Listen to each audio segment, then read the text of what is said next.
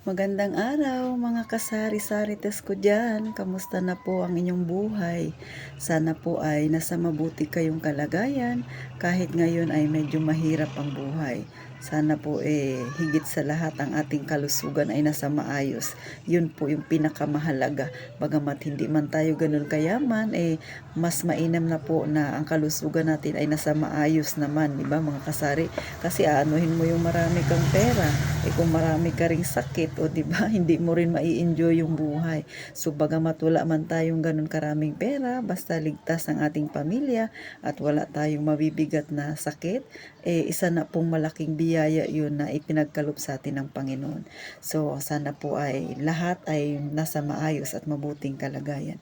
So ngayon po itapik natin sa mga kagaya ko na nasa edad na, nasa 40s na, siguro naman napapansin niyo, syempre dito sa ating bansa mahirap nang makahanap ng trabaho pag 40 ka na. 'Di ba? Kung ikaw ay may sariling negosyo, kahit sa katulad ng sa akin, kahit maliit lang, okay na po 'yun. Pero kung ikaw ay namamasukan pa, syempre hanggang 60 pwede pa 'yun. Pero kung katulad sa akin, nag-resign na, tapos maghahanap ka ulit ng trabaho, mahirap na pong maghanap. Siyempre yung iba mas prepare nila yung mas bata, 'di ba?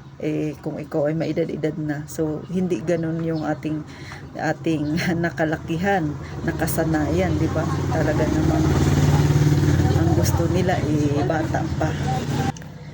Kaya sa mga kagaya ko diyan na nasa edad na, nasa 40 plus na, ngayon pa lang matuto tayong mag-ipon. Kasi baka kagaya ng kakilala ko, OFW siya. Tapos matagal siyang OFW. Tapos halos lahat ng kinikita niya ipinapadala niya dito sa Pilipinas. Kaso, nung mga panahon na yun, gusto niya pa sanang magtagal sa ibang bansa pero hindi na kaya ng kanyang kalusugan. So umuwi siya dito. Ang problema, maliit lang yung kanyang naitabi. So halos lahat ay naipadala niya dito sa Pinas. So ano yung makukuha nating aral? Nung umuwi siya dito, ngayon balik trabaho ulit siya. So akalain nyo matagal ka sa ibang bansa, tapos ngayon uuwi ka ng Pilipinas, magtatrabaho ka ulit, tapos minimum lang yung sasahurin mo. Pagod po, mahirap. Yun yung isa rin sa ayaw kong balikan. Ayaw ko ng gano'n na kung ako nag-resign na, tapos ngayon may negosyo ako. Tapos kung magsasara ito, babalik ako ulit sa pagiging empleyado. Yan ang ayaw na ayaw kong balikan. So walang iniwan yan sa ganong sitwasyon na kung ikaw ay OFW, tapos pag uwi mo dito, mamamasukan ka ulit. Sana po ng mga nakasubscribe sa akin, sana wag mangyari sa inyong ganun kasi mahirap po. Pero syempre pagka ikaw ay pamilyado, lahat gagawin mo para sa iyong pamilya, so wala kang choice. So ngayon pa lang sa mga subscriber ko dyan na nasa ibang bansa, pag-ingatan nyo po ng maigi ang pera na kinikita ninyo. Hanggat maaari, ganun na ganun ang paghawak nyo, kasi hindi lang pera yung pinag-uusapan natin, kundi paano ka na pag nagkaedad ka na, paano ang pamilya mo kung nakaasa pa rin sila sa'yo. So ngayon pa lang po makapag-isip na kayo ng pwede ninyong gawing negosyo o gagawin ninyo na para pag tumanda kayo kahit na hindi na kayo gano'n na nagtatrabaho, may income pa rin kayo na darating. Kasi kagaya sa mother ko, ngayon ay senior na siya. So nung kabataan niya, lahat ng hirap na pagdaanan niya. Pero ngayon merong boarding house siya. So kahit wala na siyang trabaho, kahit papano, may income na dumarating. So, ganun po. Kayo po ba mga kasari, naiisip nyo rin po ba yung ganyang senaryo? Ako po naiisip ko. Sa totoo lang, ako ay meron ding lupa na kapiraso. Kaya ngayon pa lang, kahit maliit lang yung tindahan ko, nagsisikap ako mag-ipon. Paunti-unti, kahit po maliit, basta lang mag-ipon ka araw-araw. Kahit sabi natin pa 20-20 lang yan araw-araw. Ako, ang target ko pag nag-50 ako, dapat matayuan ko na yung aking lupa, o di ba matagal pa na panahon. Pero kasi yun lang yung totoo na kaya kong mag-ipon ng pakunti-kunti. Hindi ko kayang mag-advise sa inyo na mag-ipon ka ng malaki. Hindi ko kaya yun kasi hindi ko pa nga nagagawa. Yung aking ma-share sa inyo, yung ginagawa ko ngayon, kahit pakunti-kunti, kasi hindi naman ang pag-iipon ay pabilisan, contest yan, paramihan. Hindi po, yan po ay pwede nating i-apply sa ating sarili na maging ugali natin na magtabi kahit pakunti-kunti. Saan ba't lalaki din yan? Kasi syempre, ang pangarap ko pagdating ng ako ay mag-50, papatayuan ko na ng boarding house din ang aking lupa.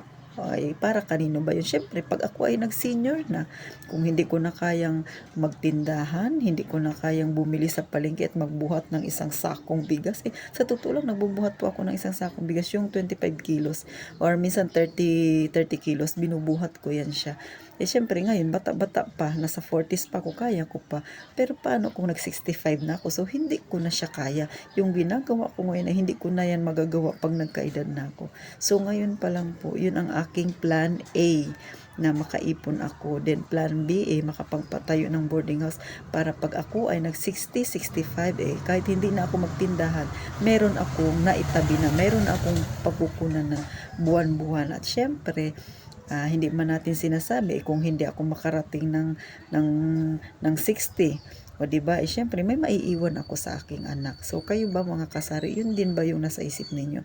Syempre pag magulang ka, iniisip mo pa rin, kahit minsan nga pamilyado na yung anak mo, iniisip mo pa rin na ano ba ang magiging or mangyayari sa anak ko pag nawala na ako. Kasi syempre yun ang instinct nating mga magulang, di ba? So kayo ba mga kasari, ganyan din? So ako kasi yun yung aking plan A. Bagamat hindi tayo dun sa payaman-yaman, kasi hindi yun ang tunay natin na buhay. Ang tunay natin na buhay ay ito, yung araw-araw tayong humaharap sa problema, kung paano natin lutasin at paano natin ma-survive ang ating buhay sa araw-araw. Ito yung buhay nating nasa masa. So, syempre may mga pangarap din tayo. Yung mga yayaman, kung ang pangarap nila, mas yumaman pa sila. Tayo namang nasa mahirap, ang pangarap natin, makakain tayo ng sapat, magkaroon ng maayos na buhay ang ating pamilya. At syempre, pag nawala ka, kahit papano, may maiwan ka rin sa kanila. O, di ba mga kasari? Kayo ba, yun din ba yung para sa, iniisip niyo para sa inyong pamilya? So, kasi ako ganun po. Kaya ngayon pa lang sikaping makapag-ipon. May negosyo ka mang maliit o nagtatrabaho ka man, empleyado ka man o OFW ka man, mas lalo na po kayong mga OFW, maging ganun kayo sa pera. Kasi yun yung nakita ko sa kaibigan ko. Matagal siya sa abroad.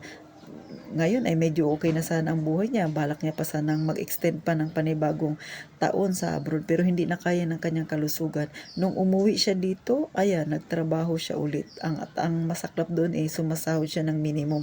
Dito sa amin sa Palawan, ang minimum 355. O akalaan nyo ba naman yan mga kasari?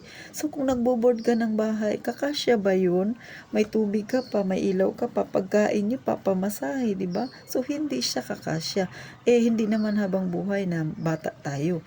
Matanda tayo. Paano na pag tumanda ka, wala kang ipon? So, yun po yung aking nakita. So, sinishare ko po ito sa inyo mga kasari. Tinatapik ko ito kasi gusto ko na yung mga kagaya ko mapaisip din. Oo nga, di ba? Maaring mangyari rin yun sa atin. Kayo ba?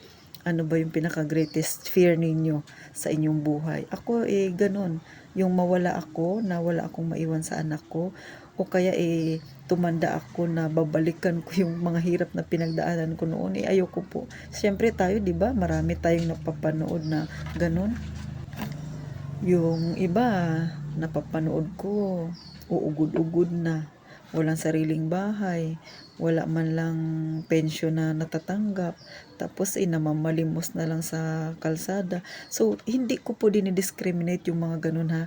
Ipinapakita ko lang po sa inyo yung ganun yung mangyayari pag hindi tayo ngayon na impok para sa ating sarili. Kayo ba, gusto nyo ba ganun din yung mangyari sa inyo, yung maging buhay ninyo? Di ba walang taong matino na ganun yung gustong mangyari sa kanyang buhay.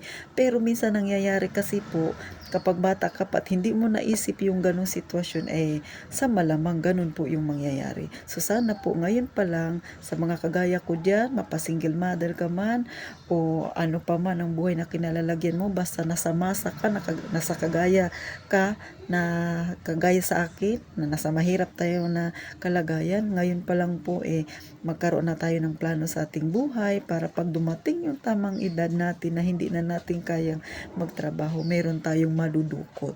So mga kasari, sana po ay nakapulutan ninyo ng aral ang aking maliit na naikwento sa inyo, kasi po ito ay totoong buhay na nangyari. So maraming salamat po. Sana po paki-like and subscribe na din po ang aking maliit na channel. So thank you po. Magkita po muli tayo sa aking panibagong upload sa susunod na mga araw. Paalam po.